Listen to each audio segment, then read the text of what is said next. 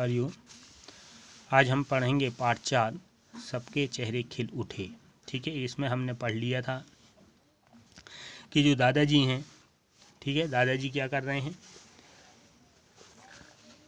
Police के बारे में बता रहे हैं। ठीक है, मानवी पूछी थी कि हथकड़ी भी लगाए जा सकते हैं, तो दादाजी बताते हैं कि हथकड़ी कब लगाया जा सकता है, किस आरोप में लगाया जा सकता है। ठीक है, तो उन्होंने बताया कि यदि पुलिस को विश्वास हो कि जो अपराधी है वो भाग जाएगा, या फिर न्यायालय से उनको अनुमति लेना पड़ता है हथकड़ी लगाने के लिए। ठीक है, अकारण किसी के अपमान करने के लिए हथकड़ी नहीं लगाया जा सकता। जीतू, क्या पुलिस रामू की काकी को भी पूछताछ के लिए ले जा सकती है? ठीक है, आगे यहाँ जीतू पूछता है अपने दादाजी से कि क्या पुलिस रामू की काकी को भी पूछताछ के लिए ले जा सकती है? क्या काका के बाद क्या काकी को भी पुलिस ले जाएगी पूछने के लिए? दादाजी कहते हैं महिलाओं से पूछताछ करने के लिए जहाँ तक संभव हो महिला पुलिस अधिकारी की उपस्थिति में घर जाकर पूछताछ करती है। ठीक है, दादाजी बताते हैं कि अगर मान लो किसी महिला से पूछताछ करनी है, ठीक है, तो पुलिस का काम है कि जहाँ तक संभव हो वो महिला पुलिस अधिकारी के द्वारा उसके घर में अधिकारी की उपस्थिति में उसके घर जाकर पूछताछ करती है। यदि विशेष परिस्थिति में किसी महिला अपराधी को पूछताछ हेतु थाना पर बुलाया जाता है तो पूछताछ के दौरान संबंधित महिला के परिजनों को उसके साथ रखा जाता है। ठीक है, आगे यहाँ दादाजी बताते हैं कि अगर मान लो कोई विशेष परिस्थिति आती है तो उस परिस्थिति में अगर उसको थाने बुलाया जाता है तो जो महिला अपराधी को है, ठीक है, अगर उससे पूछताछ करनी है तो उस दौरान उसके घर के जो संबंधित लोग हैं, ठीक है, वहाँ पर उपस्थित रह सकते हैं।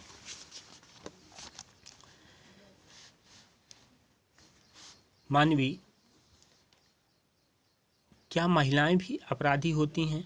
ठीक है, मानवी पूछती है दादाजी से, क्या महिलाएं भी अपराधी होती हैं? दादाजी, हाँ बेटी, महिलाएं भी अपराधी हो सकती हैं। ठीक है, दादाजी से बताते हैं कि महिलाएं भी अपराधी हो सकती हैं। किसी अपराधी महिला के विरुद्ध अनुसभ्य से प्रथम दृश्या अपराध साबित होने पर उन्हें सूरज से पूर्व गिरफ्तार कर तत्काल संबंधित न्यायालय में के समक्ष प्रस्तुत करना होता है। किसी विशेष परिस्थितियों में यदि किसी महिला अपराधी को सूर्यास्त के बाद गिरफ्तार करना पड़े तो गिरफ्तारी के दौरान उसके परिजन को थाने पर मौजूद रखा जाता है। ठीक है, अब यहाँ पर दादाजी बताते हैं, प्रश्न करते हैं कि क्या महिलाएं भी अपराधी हो सकती हैं? दादाजी कहते हैं हाँ, महिला भी अपराधी हो सकती हैं। किसी अपराधी महिला के विरुद्ध अगर कोई रिपोर्ट है, ठीक है, तो उससे प्रथम दृष्ट्या अपराध साबित होने पर, ठीक है, मान लो पुलिस इंक्वायरी कर रही है, ठीक है, और पहले में ही वो अपराध साबित हो रही हैं, ठीक है, तो उसे सूर्य अस्त से पूर्व गिरफ्तार करना पड़ता है। ठीक है, जैसे सूर्य अस्त हो उससे पूर्व उसको गिरफ्तार करना पड़ेगा, या फिर न्यायालय के समक्ष प्रस्तुत करना होगा। गिरफ्तार करके उसको क्या करना है? न्यायालय के समक्ष प्रस्तुत करना है। किसी विशेष परिस्थिति में यदि किसी महिला अपराधी को सूर्यास्त के बाद गिरफ्तार करना पड़े तो गिरफ्तारी के दौरान उसके किसी परिजन को थाने पर मौजूद रखा जाता है। ठीक है, और अगर मान लो दूसरी परिस्थिति है कि किसी परिस्थिति बस, ठीक है, किसी कारणवश अगर उसको सूर्यास्त के बाद अगर गिरफ्तार करना है किसी अपराधी महिला को, ठीक है, तो थाने में उस अपराधी महिला के कोई भी परिजन वहाँ पर मौजूद रहेगा।